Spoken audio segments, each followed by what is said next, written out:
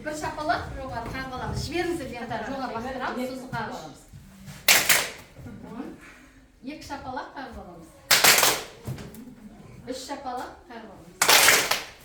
Төрт шапалақ қағып аламыз.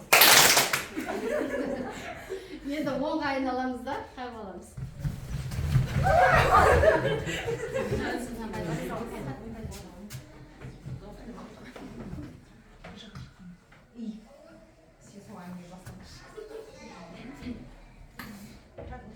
Солға айналамыз да қағып аламыз.